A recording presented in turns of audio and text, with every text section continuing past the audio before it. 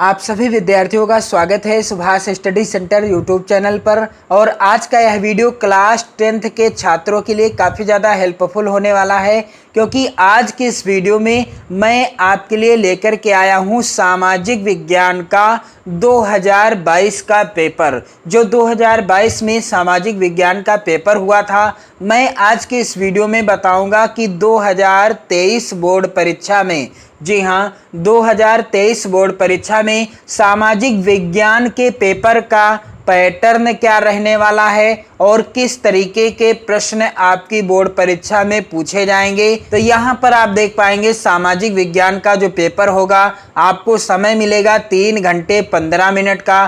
Paper का पूर्णांक कितना होगा? 70 अंक का। और यहाँ पर लिखा हुआ है नोट, प्रारंभ के 15 मिनट परीक्षार्थियों को प्रश्न पत्र पढ़ने के लिए निर्धारित हैं। और यहाँ पर आप देख सकते हैं कुछ सामान्य से निर्देश दिए गए हैं।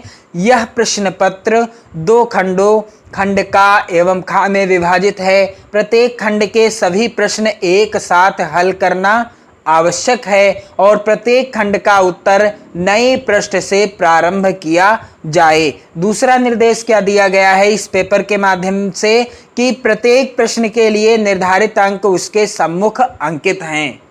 अगला निर्देश यहाँ पर है, प्रश्न पत्र में 4 प्रकार के प्रश्न हैं, बहुविकल्पी, अतिलघुत्तरी, लघुत्तरी व दीर्घोत्तरी, जिनके संबंध में निर्देश उनके आरंभ में दिए गए हैं। और का तथा खा खंडों हेतु दिए गए मानचित्रों को उत्तर पुस्तिका में मजबूती के साथ संलग्न करना आवश्यक है। यानी जो मानचित्र आपको बोर्ड परीक्षा में दिया जाएगा, वह मानचित्र आपको अपनी कॉपी में अच्छे से बांध देना है, संलग्न कर देना है। और दृष्टिबाधित परीक्षार्थियों के लिए मानचित्र कार्य के स्थान पर अलग से खंड का में प्रश्न संख्या 14 तथा खंड खा में प्रश्न संख्या 28 के उत्तर लिखने के लिए दिए गए हैं। तो ये थे सामान्य निर्देश। अब यहाँ पर आप देख पाएंगे कि खंड का के अंतर्गत बहुविकल्पीय प्रश्न पूछे जाएंगे और यहाँ पर निर्देश दिया होगा इसी तरह से कि निम्नलिखित विकल्पों में से सही उत्तर चुनकर अपनी उत्तर पुस्तिका में लिखिए।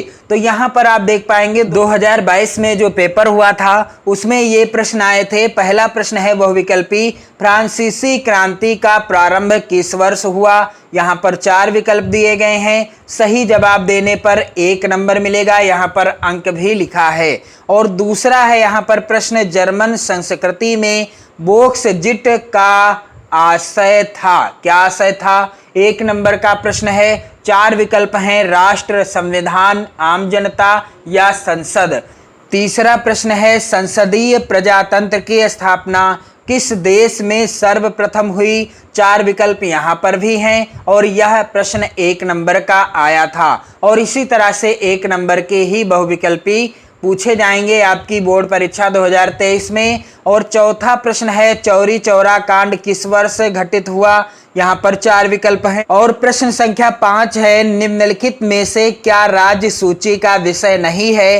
पुलिस, कृषि, सिंचाई और मुद्रा। 1 नंबर मिलेगा सही उत्तर देने पर। और छठा प्रश्न है, भारतीय संघ में अवशिष्ट शक्तियां किसको प्राप्त हैं? यहाँ पर 4 विकल्प हैं और 1 नंबर का यह प्रश्न है। तो 6 बहुविकल्पी प्रश्न पूछे जाएंगे। कितने? 6 बहुविकल्पी प्रश्न पूछे जाएंगे और 6 नंबर के होंगे, यानी प्रत्येक प्रश्न 1 अंक का होगा। इसके बाद अतिलघुत्तरी प्रश्न होंगे जो कि इस प्रकार से 7वें नंबर से स्टार्ट होंगे। भारत छोड़ो आंदोलन क्यों प्रारंभ करना पड़ा? इसका प्रमुख नारा क्या था?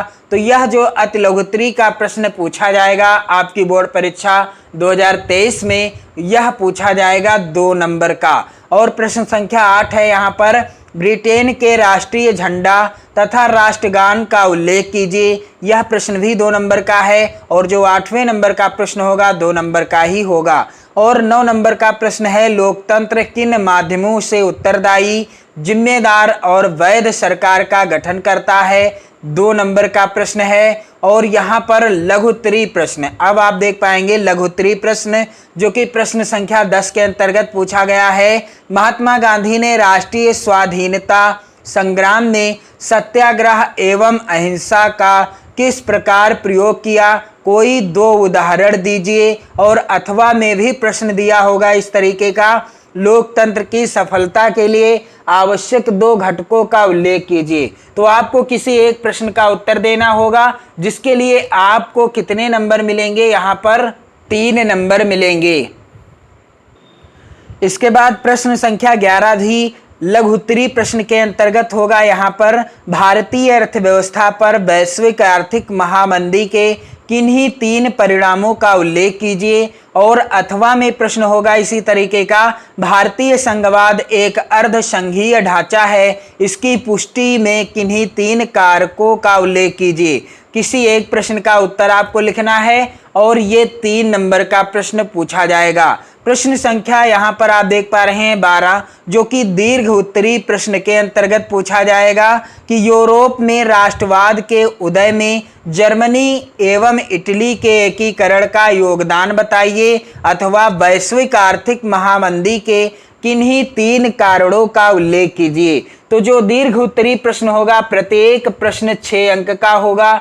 यहाँ पर 12 का अथवा है और 12 नंबर का प्रश्न है। आपको किसी एक प्रश्न का ही उत्तर देना होगा। इसके बाद प्रश्न संख्या 13 भी दीर्घ उत्तरी प्रश्न के अंतर्गत है। यहाँ पर भारतीय संविधान की संघात्मक विशेषताओं का उल्लेख कीजिए। आपातकाल में यह किस प्रकार एकात्मक हो जाता है? और अथवा में प्रश्न है, भारत में स्थानीय स्वशासन की किन्हीं 3 गुणों एवं समस्याओं का उल्लेख कीजिए।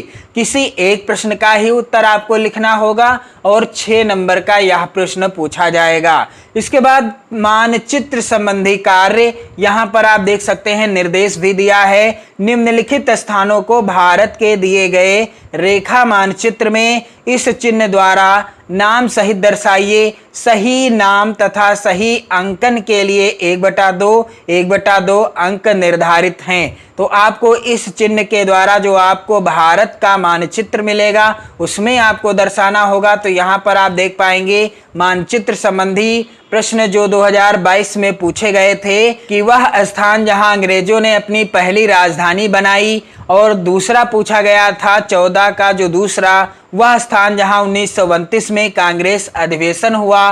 तीसरा पूछा गया था प्रश्न, वह स्थान जहां जलियांवाला बाग कांड हुआ था, और वह स्थान जहां सूती श्रमिकों का सत्याग्रह हुआ। और 5वां पूछा गया था प्रश्न कि वह स्थान जहां किसान सत्याग्रह हुआ।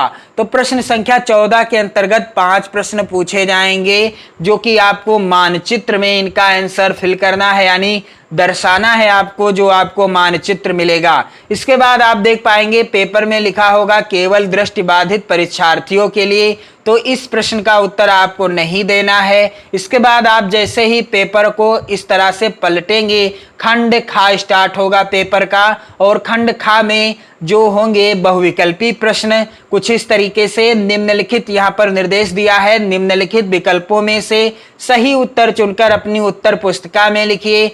15वें नंबर का प्रश्न है बहुविकल्पी, किसी देश के विकास को निर्धारित करने का आधार क्या है? 4 विकल्प दिए गए हैं, एक सही है जिसके लिए 1 नंबर आपको मिलेगा। तो इसी तरीके का बहुविकल्पी प्रश्न पूछा जाएगा।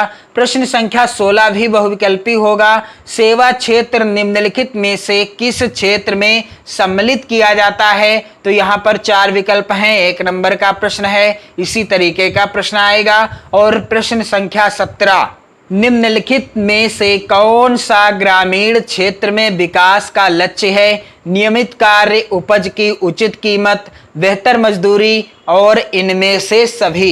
1 नंबर का प्रश्न है। और यहाँ पर प्रश्न संख्या 18 भी बहुविकल्पी ही होगा। बांधों को भी कहा जाता है, क्या कहा जाता है? यहाँ पर 4 विकल्प हैं, बहुउद्देशीय परियोजनाएं, जल स्रोत, बाढ़ नियंत्रण का उपाय, या जल का भंडार। तो यहाँ पर आप देख पाएंगे कि सही उत्तर देने पर 1 नंबर मिलेगा। और प्रश्न संख्या 19 भी बहुविकल्पी होगा। 2 राज्यों के बीच वस्तुओं का आदान प्रदान क्या कहलाता है? राष्ट्रीय व्यापार, अंतर्राष्ट्रीय व्यापार, आंतरिक व्यापार, या वस्तु विनिमय। यह भी प्रश्न 1 नंबर का है और 1 नंबर का ही पूछा जाएगा। तो यहाँ पर आप देख पाएंगे प्रश्न संख्या 15, 16, 17, 18 और 19 बहुविकल्पी हैं। और इसके बाद प्रश्न संख्या यहाँ पर 20 भी बहुविकल्पी है। आप देख रहे हैं निम्नलिखित में से परिवहन का कौन सा साधन अति दुर्गम स्थानों के लिए अत्यंत आवश्यक है? जल परिवहन, वायु परिवहन, रेल परिवहन और स्थल परिवहन। तो राइट आंसर देने पर 1 नंबर मिलेगा। वैसे इस प्रश्न का सही उत्तर क्या है? वायु परिवहन हो जाएगा। और यहाँ पर आप देख पाएंगे अति लघुत्तरीय प्रश्न यानी बहुविकल्पी प्रश्न आपसे कितने पूछे जाएंगे खंड बा के अंतर्गत? तो 15, 16, 17, 18, 19 और 20 यानी कुल 6 बहुविकल्पी प्रश्न देखने को मिलेंगे खंड खा के अंतर्गत और 6 बहुविकल्पी होंगे खंड का के अंतर्गत, यानी 12 नंबर के प्रश्न। कुल कितने? 12 नंबर के प्रश्न होंगे बहुविकल्पी। इसके बाद खंड खा के अंतर्गत अति लघुत्तरीय प्रश्न कुछ इस तरीके के आएंगे। शिशु मृत्यु दर का अर्थ लिखिए, और यह प्रश्न है 2 अंक का। इसी तरीके का 2 अंक का प्रश्न पूछा जाएगा। और 22 नंबर का प्रश्न है उपभोक्ताओं के शोषण को रोकने के लिए किन्हीं 2 उपायों का सुझाव दीजिए। 2 नंबर का यह भी प्रश्न है। प्रश्न संख्या 23 यहाँ पर भारत में वन्य जीव चीते के विलुप्त होने के कोई 2 कारण लिखिए। तो यह प्रश्न भी 2 अंक का है। और इसके बाद लघुत्तरीय प्रश्न होंगे यहाँ पर प्रश्न संख्या 24 से कृषि क्षेत्र की 3 प्रमुख समस्याओं के नाम लिखिए, और यह प्रश्न होगा 3 अंक का।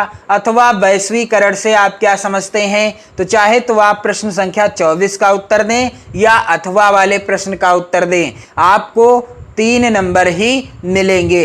इसके बाद प्रश्न संख्या 25 होगा ऊर्जा के परंपरागत तथा गैर परंपरागत स्रोतों में अंतर स्पष्ट कीजिए।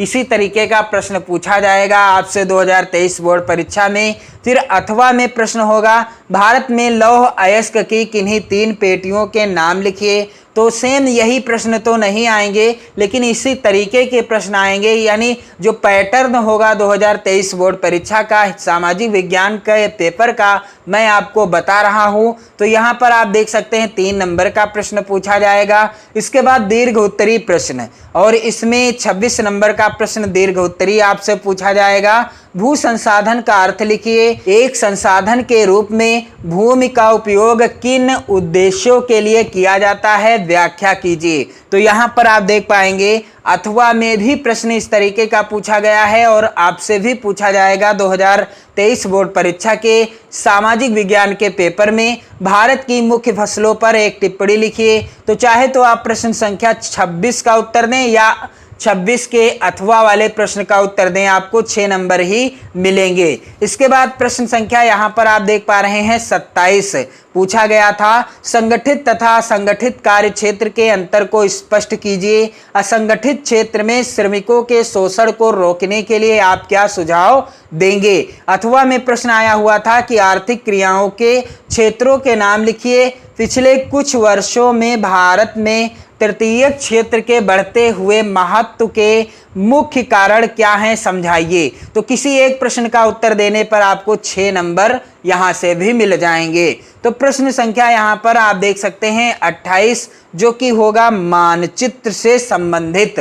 दिए गए भारत के मानचित्र में निम्नलिखित को दर्शाइए। यहां पर आप देख पा रहे हैं 28 का पहला आया था हिमालयन यव पाए जाने वाले किसी एक प्रदेश का नाम इस चिन्ह के द्वारा, और दूसरा आया था प्रश्न 28 का दूसरा कॉफी की खेती करने वाले किसी एक राज्य का नाम इस चिन्ह के द्वारा आपको दर्शाना था, और तीसरा था भारत के सबसे पुराने तेल उत्पादक राज्य का नाम इस चिन्ह के द्वारा नाम सहित, और भारत के किसी एक परमाणु ऊर्जा केंद्र का नाम इस चिन्ह के द्वारा आपको दर्शाना था, और मुंबई नगर इस चिन्ह के द्वारा आपको दर्शाना था। तो प्रश्न संख्या 28 कुछ इस तरीके से आया हुआ था।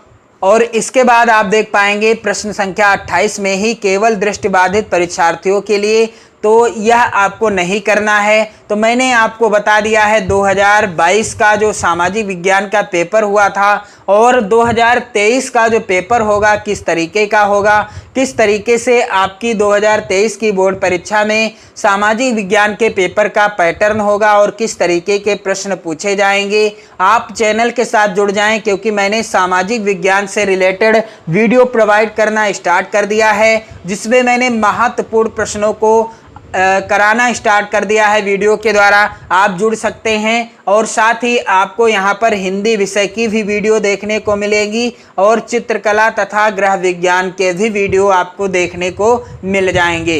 वीडियो को ज़्यादा से ज़्यादा मित्रों में शेयर कर दें और 2023 बोर्ड परीक्षा की बेहतर तैयारी के लिए चैनल के साथ जुड़ जाएं। जय हिंद।